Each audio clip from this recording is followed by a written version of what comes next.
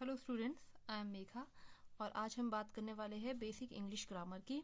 तो basic English grammar इसलिए क्योंकि जितने भी कॉम्पिटिटिव एग्जाम्स है, इंग्लिश कॉम्पिटिटिव एग्जाम्स है, उसमें आपको बेसिक इंग्लिश ग्रामर के कुछ रूल्स आते हैं, चाहे वो वर्ब्स के हो, टेंसेस के हो, प्रपोजिशंस के हो, मॉडल्स हो या फिर सेंटेंस एंड इट्स टाइप्स हो। तो आज का हमारा टॉपिक है सेंटेंस एंड इट्स टाइप्स। पर सेंटेंस के बारे में पहले हम जान लेते हैं कि सेंटेंस क्या होता है, व्हाट इज अ सेंटेंस। तो सेंटेंस को हमने पढ़ा है कि a group of word that make a complete sense is called a sentence. ठीक, sentence is a group of words. अब ग्रुप ऑफ वर्ड्स में तो वैसे बहुत कुछ आ सकता है, mango, oranges, banana, potato, tomato, ये भी तो ग्रुप ऑफ वर्ड्स हुआ। लेकिन ये वर्ड्स का ग्रुप एक सेंस नहीं बना रहा है। ठीक है,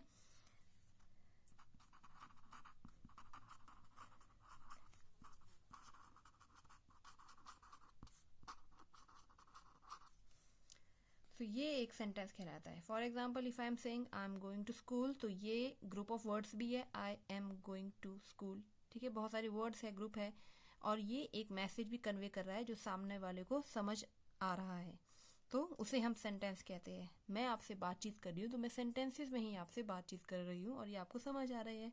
ठीक है, a group of word I am speaking and you are comprehending it, you are getting what I am saying to you.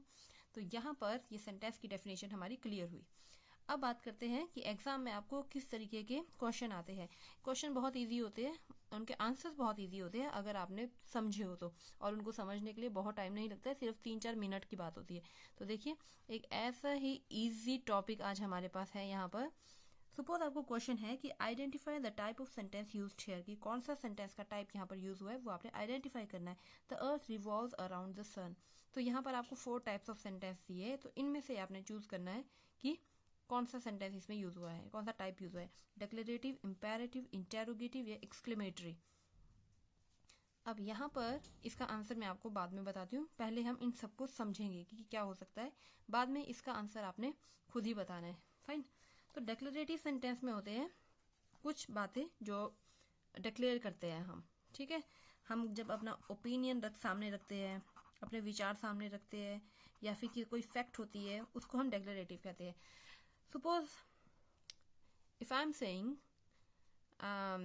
there's a tall girl and she's my sister, ठीक है, सिंपल सेंटेंस है।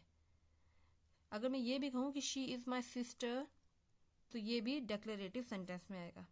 यदि मैं कहूं कि mister Narendra Modi is the prime minister of India, तो ये एक फैक्ट है, ये भी डिक्लेरेटिव में आएगा।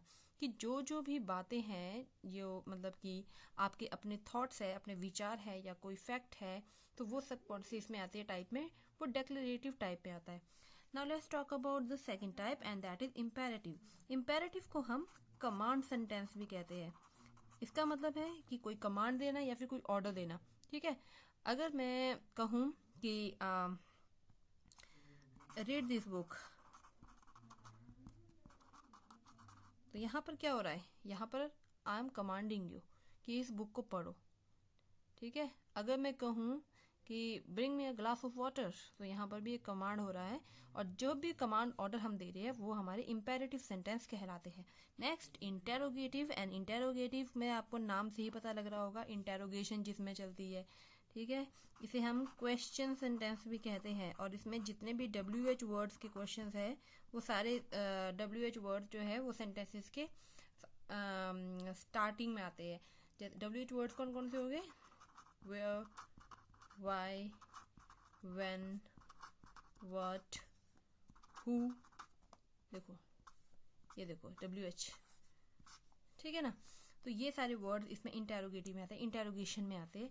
जैसे अगर मैं कहती हूँ व्हाट इज योर नेम, तो ये कौन सा सेंटेंस हो गया, ये इंटेरोगेटिव सेंटेंस हो गया।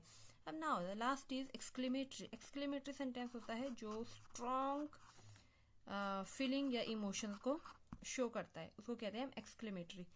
जैसे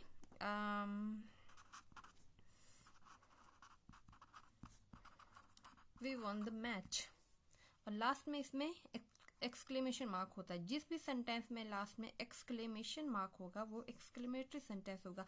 ये मार्क ही आपकी स्ट्रॉन्ग फीलिंग्स या स्ट्रॉन्ग इमोशंस को शो करता है। ठीक है, जैसे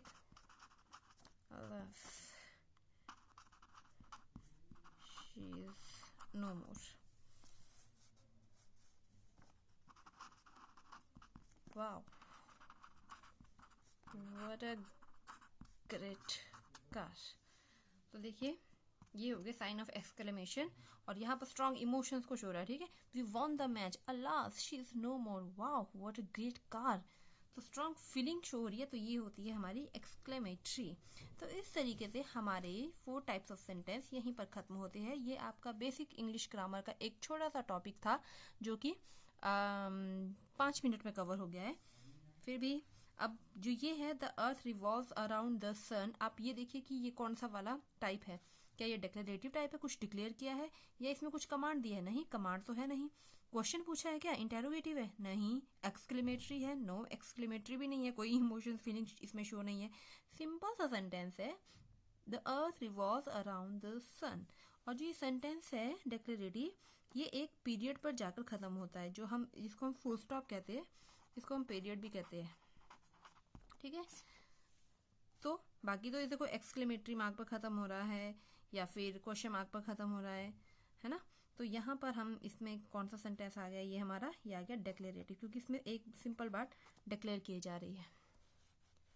तो इस तरीके से ये टॉपिक यहीं पर खत्म होता है. और आप लोग क्या करोगे, अपने समझ के लिए, अपने फिर से माइंड में रिवाइज करने के लिए मुझे कमेंट बॉक्स में इन्हीं सेंटेंसेस के आप एग्जाम्पल लिखोगे. बहुत ही शॉर्ट और सिंपल एग्जाम्पल लिखोगे. ठीक है, declarative, imperative, interrogative and exclamatory के 4 आप अलग अलग सेंटेंसेस लिख के कमेंट बॉक्स में टाइप करोगे. Thank you and have a nice day.